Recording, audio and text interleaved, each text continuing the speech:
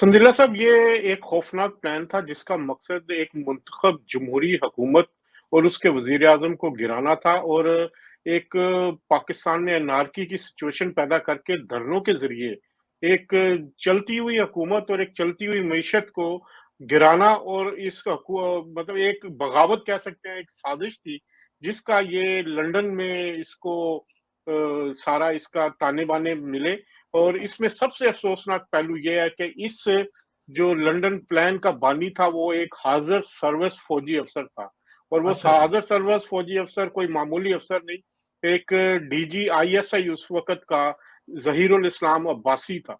उसके कहने पे ये सारा प्लान बना और इस प्लान को फ़ैसिलिटेट किया गया। ये बड़ा एक खौफ़नाक उन दिनों में 2013-14 की बात है यहाँ लंदन में यकदम सियासी सरगर्मियाँ जो हैं वो तेज़ होती नज़र आई हमें। एक तरफ तो डॉक्टर तारुल कादरी साहब कनाडा से अचानक लंदन तशरीफ़ ले आए। उसके बाद हमने देखा कि इमरान खान साहब जो हैं, वो भी लंदन तशरीफ़ ले आए। फिर उसके बाद देखा चौधरी परवेज़ इलाही और शुजात साहब वो भी लंदन आ गए। जहांगीर तरीन साहब भी लंदन आ गए और जो पाकिस्तान अवामी तहरीक थी उस वक़्त, उसके दो कुछ और रहनुमा भी यहाँ लंदन आ गए। तो एक अ, कह सकते हैं कि एक पाकिस्तानी सियासत का एक नई-नई हुकूमत बनी थी 2013 में, उसके बाद 2014 में ये एक अनयूजुअल सी एक्टिविटी इसलिए नज़र आई कि जितने हुकूमत मुखालिफ ग्रुप थे, गिरोह थे, सियासतदान थे, वो यहाँ लंदन में इकट्ठा होना शुरू हो गए। तो उस वक़्त हम इनको मुलाकातों इनसे बल्कि प्रेस कॉन्फ्रेंस भी एक हुई डॉक्टर तारुल कादरी साहब की, यहाँ पे ईस्ट लंदन में, वो जिसमें परवेज़ इलाही साहब भी थे, दूसरे लीडर भी थे। तो इन चीज़ों में हमें जो मालूम हो रहा था महसूस हो रहा था कुछ आला सरकारी अफ़सरान भी, वो भी लंदन में हैं। तो इसके बाद जो तह तक पहुँचे, जो चीज़ें हमें मिली कि इसको बाकायदा ऑर्गेनाइज़ करवाया जा रहा है। उन दिनों मैं एक जगह पे काम करता था कुछ अरसे के लिए तो वहाँ पे भी कुछ ऐसी एक्टिविटीज़ थी, वहाँ पे एक साहब थे, जो अवामी तहरीक के डॉक्टर तारुल कादरी साहब के बहुत क्लोज़ थे। और उनको समझ लें कि अनऑफिशियली वो उनके राब्ता-कार का किरदार सरअंजाम दे रहे थे, वो एक रिटायर्ड फौजी अफ़सर भी थे, अच्छा ठीक है? जी। वो और कुछ कानूनी वजूहात की वजह से मैं नाम उनका शायद ना ले पाऊँ, लेकिन नाम उनका बिल्कुल मुझे मालूम है, उनके साथ बड़े वो उनके साथ बैठते थे, हम एक कमरा शेयर किया करते थे। अच्छा तो जी। उसमें जी, जिसमें वो बैठते थे और मैं भी बैठता था, तो उस सारी चीज़ों का बहुत सारे फ़ोन कॉल्स जो वो करते थे, तो वो बहुत सारी चीज़ों का मुझे पता लगता था कि ये क्या हो रहा है। तो एक खौफ़नाक प्लान बनाया गया, तारिम कादरी साहब मिले यहाँ पे और उनकी ये मुलाकातें जो हैं, एक से ज़्यादा मुलाकातों में ज़हीरुल इस्लाम साहब भी मौजूद थे और वो मुलाकात अजमेर रोड पर एक टावर बिल्डिंग है, क्वाड्रेंगल कहा जाता है उसको, उसके अंदर हुई और उस मुलाकात के अंदर तय प उस मुलाकात में कौन-कौन शामिल थे जो अब्बासी साहब जिनका नाम ले रहे हैं ज़हीरुल इस्लाम साहब के साथ? जनरल ज़हीरुल इस्लाम साहब थे, इमरान खान साहब थे, तारुल कादरी साहब थे, परवेज़ इलाही साहब थे और एक हमारे जर्नलिस्ट दोस्त भी हैं, वो भी थे। और उन जर्नलिस्ट दोस्त ने अभी इंटरव्यू देते हुए एक एक किस्सा तो उन्होंने बता दिया कि उन्होंने क्या कहते हैं बिल दिया था एक होटल का और उन्होंने बड़ा इंकशाफ भी किया था कि वो एक मुलाकात उन्होंने भी करवाई डोरचेस्टर में। तो हमारे मुबश्शिर लुकमान साहब जो हैं, मेरा ख़्याल है वो इस मुलाकात जो अजमेर रोड के एक टावर जो ब्लॉक ऑफ टावर है उसमें हुई, मेरा ख़्याल है वो भी उसको जल्द वो भी खोलेंगे। तो उस मुलाकात में वो भी मौजूद थे। तो इस अच्छा जी। मुलाकात में एक हाज़िर सर्विस अफ़सर ने देखें कैसे इन लोगों को इकट्ठा किया और ये आज बड़े जमहूरियत के चैंपियन बने फिर रहे हैं इमरान खान साहब। उस वक़्त ये उनके कहने पे जो है इन्होंने धरना प्लान किया। उस धरने का उन दिनों बड़ा सख्त एक ब्लैकआउट था। अभी तो कहते हैं जी मीडिया पे पाबंदी है, इस वक़्त तो मीडिया पे पाबंदी ही कुछ नहीं है जो उस वक़्त थी। और जो उस वक़्त उस मुलाकात को जो रंगे हाथों पकड़ा, वो मुर्तज़ा अली शाह साहब थे। मुर्तज़ा जी। अली शाह साहब निकल रहे थे लिफ्ट में से, तो वो बल्कि लिफ्ट का इंतज़ार कर रहे थे, तो दूसरी तरफ ये सारे लोग वो इंतज़ार कर रहे थे लिफ्ट का। तो वो हाज़िर सर्विस अफ़सर भी वहीं पर था और उसी वक़्त एक जो यहाँ पर कर्नल साहब थे, पाकिस्तान हाई कमीशन में जो इन अमूर के इंचार्ज थे, वो भी उस मुलाकात में मौजूद थे। और उस मुलाकात के बाद उन्होंने मुर्तज़ा अली शाह साहब को फ़ोन भी किया कि आपने इसको रिपोर्ट नहीं करना। उन दिनों मुझे याद है कि जियो भी प्रेशर में था, जियो के खिलाफ भी काफ़ी पाबंदियाँ थी, तो उन्होंने कहा था कि अगर आपने ये रिपोर्ट किया, तो ये ठीक नहीं होगा। तो उसको बाकायदा फैसिलिटेट करवाया गया। उसके बाद मैंने भी कोशिश की अपने इदारे में इसको चलाने की, क्योंकि वो भी नहीं चल सका। तो उसके बाद हमारे यहाँ पे आए हुए थे नजम सेठी साहब। नजम सेठी साहब को मैं और मुर्तजा मिले। हम मार्बल आर्च में, आप अक्सर आए होंगे, जहाँ बहुत सारे कबूतर होते हैं। तो जी। उस कबूतर के साथ एक बेंच पे बिठा के हमने नजम सेठी साहब को, मैंने और मुर्तजा अली शाह ने ब्रीफ किया कि ये चीजें हैं। और उन्होंने उस वक्त फिर अपना ये वो लंदन प्लान का एक, याद हो आपने, उन्होंने एक जी, जी, स्टोरी जी। भी की।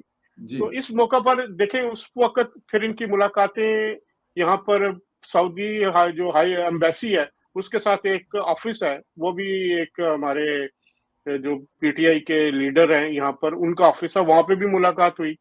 फिर उसके बाद डोरचेस्टर में जो मुलाकात हुई, उसका मुबश्शिर लुकमान साहब ने खुद बता दिया कि उन्होंने बिल भी उनका पे किया। फिर यहाँ पर ईस्ट लंदन बार्किंग के इलाके में, वहाँ पे भी मुलाकात हुई। तो इस मुलाकात का मकसद एक मुंतखब जमहूरी हुकूमत को गिराना, और गिराना क्या, उसका पूरा एक रोड मैप तय किया गया, फाइनेंसेस तय किए गए।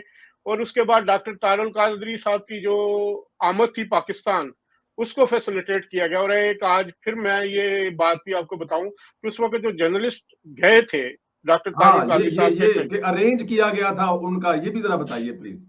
तो मैंने वो सारे जो जर्नलिस्ट थे, जी। उनका, मेरी जिस इदारे में था, वहाँ कुछ दोस्तों ने मुझे कहा कि जो डॉक्टर तारुल कादरी साहब के है, क्या नाम है, पार्टी के भी लोग हैं, उन्होंने मुझे कहा कि आप इसको अरेंज करें। तो जर्नलिस्टों की लिस्ट मैंने बनाई थी, ठीक है? उन जर्नलिस्टों को, जो जो मीडिया के लोग थे, जी। उसको ले जाने के लिए, ठीक है, उस वक़्त उनको भी लेके जाया गया। तो डॉक्टर तारुल कादरी साहब तो का वो ये उसके जो जितने अखराजात थे आने-जाने आगे-पीछे, वो डॉक्टर साहब ने खुद अफ़ोर्ड किए थे या उनके कुछ स्पॉन्सर थे? डॉक्टर साहब ने कहाँ खुद अफ़ोर्ड करना, डॉक्टर साहब तो चंदा इकट्ठा करते हैं, आपको पता है। और सबसे ज़्यादा डोनर यूरोप में डॉक्टर तारुल कादरी साहब के ही हैं, तो वो खुद हाँ। तो नहीं करते ना, जो उस वक़्त लोग थे, करवा रहे थे, तो उन लोगों ने ही पेमेंट्स की ना, जो ट्रैवल एजेंट को है।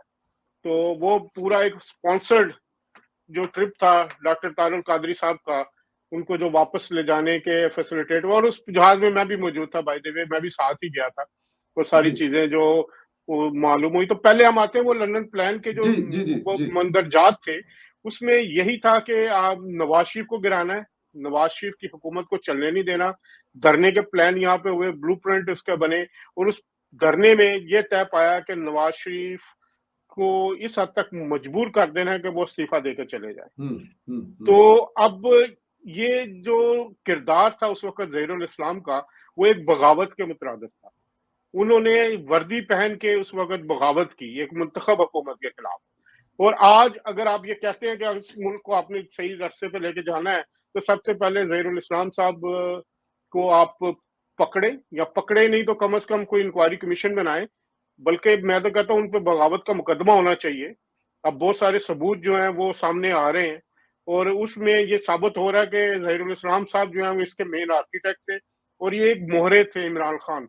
इमरान खान आज बहुत चैंपियन बना फिरता है, वो एक मोहरे की तरह यहाँ फिरता था। तो ये उसकी नवाज शरीफ साहब और की ये बात ठीक है अदर साहब के इमरान खान साहब ने जमहूरियत की पीठ में छुरा घोंपा, ये मियाँ साहब का ये फिर इमरान खान साहब के हवाले से ये बात ठीक है फिर?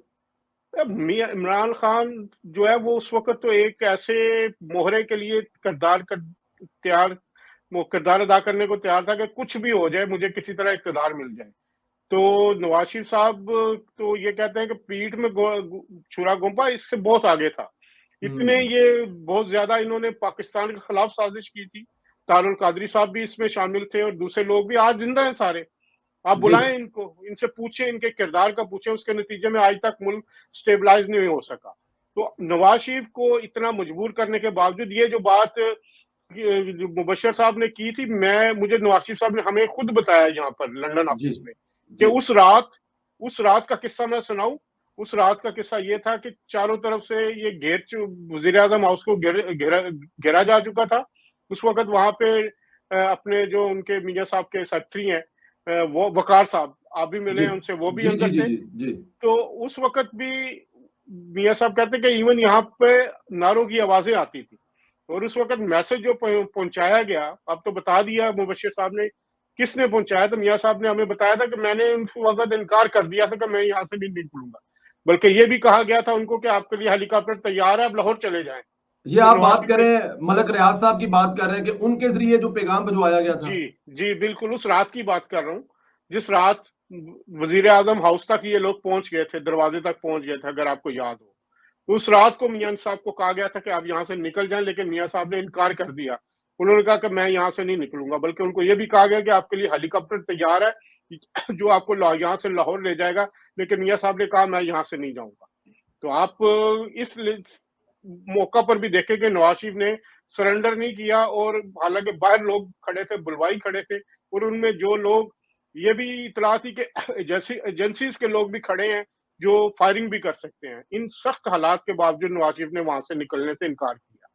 तो इस सारे लंदन, अच्छा अच्छा, जरा ये बताइएगा कि इस वक्त नवाज शरीफ साहब का लंदन प्लान का दोबारा जिक्र करना, और फिर आपको याद है कुछ दिन पहले डीजी आईएसपी साहब ने एक प्रेस कॉन्फ्रेंस की है, उन्होंने कहा ठीक है कर लेते हैं इंक्वायरी, अदालती तहकीकात करवा लेते हैं, लेकिन फिर ये शुरू 2014 से करें।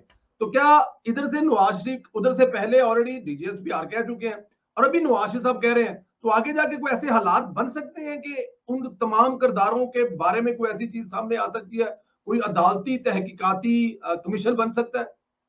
जी बिल्कुल, इस पे बड़ी संजीदगी से गौर किया जा सकता है, क्योंकि जो मौजूदा क्यादत है पाक फौज की, वो जो लाइबिलिटीज है पिछले 10 सालों में हुई, उससे वो अपने आप को मुबर्रा करार देती है। वो कहते हैं कि हम्म। इनसे हमारा कोई कोई वास्ता नहीं। तो जिसका इजहार एक जो डीजीआईएसपीआर है वो इनका कर चुके हैं। वो 2014 से कहने का मतलब यही था कि वो जो कुछ इस वक्त लंदन में हुआ, जो कुछ लंदन में किया गया, या उसके बाद जो कुछ हुआ, तो उस सारे मामलात में उस ये लोग मुलव्वस थे, और इन लोगों के खिलाफ कार्रवाई होनी चाहिए। बिल्कुल, अभी तो मौका है, मेरा ख्याल है ये भी सोचा जा रहा है कि पार्लियामेंट के जरिए आज जो अदलिया के जो चंद जजेस जो एक जमहूरियत का ये दबाव ना लेने का एक अलम बुलंद किया हुआ, ये वही लोग थे जिन्होंने राना शमीम की जो बयान अल्फी था, उसको इतना मजबूर किया, उसको उसको वापस लेना पड़ा।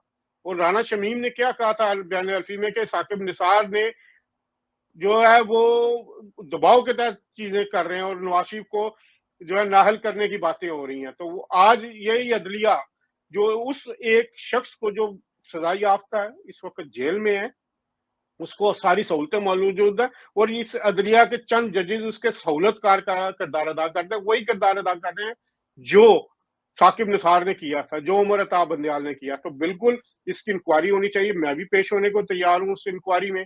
मेरा ख्याल है मुर्तजा अली शाह साहब भी पेश होने को तैयार होंगे, बुलाएं उसमें। उसमें मुबश्शिर लुकमान साहब को बुलाएं उसमें, उसके बाद परवेज इलाही साहब को बुलाएं, जिंदा है माशाल्लाह।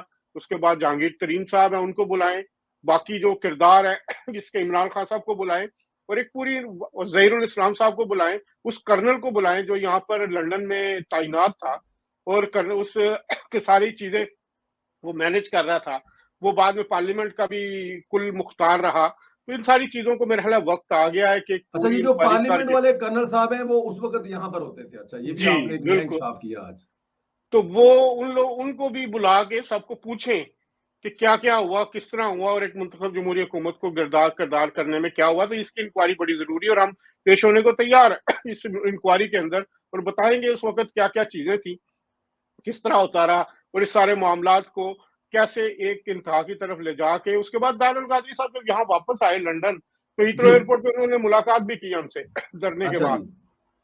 मुर्तजा अली शाह साहब थे, मैं था, और अहमद अली सैयद साहब हमारे बड़े सीनियर जर्नलिस्ट हैं। उस वक्त यहाँ पे लंदन में होते थे आजकल पाकिस्तान में, वो भी मौजूद थे। उसमें उन्होंने डॉक्टर तारुल कादरी साहब ने इतराफ किया कि मैं तो छोड़, मुझे पता लग गया था कि धरने का कोई फायदा नहीं होना, तो मैं छोड़ के जाना चाहता था, लेकिन मुझे इमरान खान साहब कहते नहीं थे चंद दिन और रुक जाए आप। कहते लोग हमारे होते थे और नारे इनके लगते थे।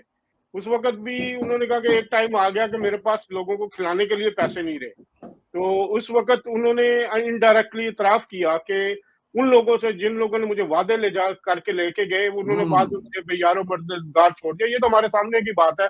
तब हाइथ्रो टर्मिनल 5 की 3 या 5 था, उस पे बैठ के वो कनाडा जा रहे थे, तो उनसे पहले उन्होंने हमसे बात की थी। तो ये खौफनाक पहलू था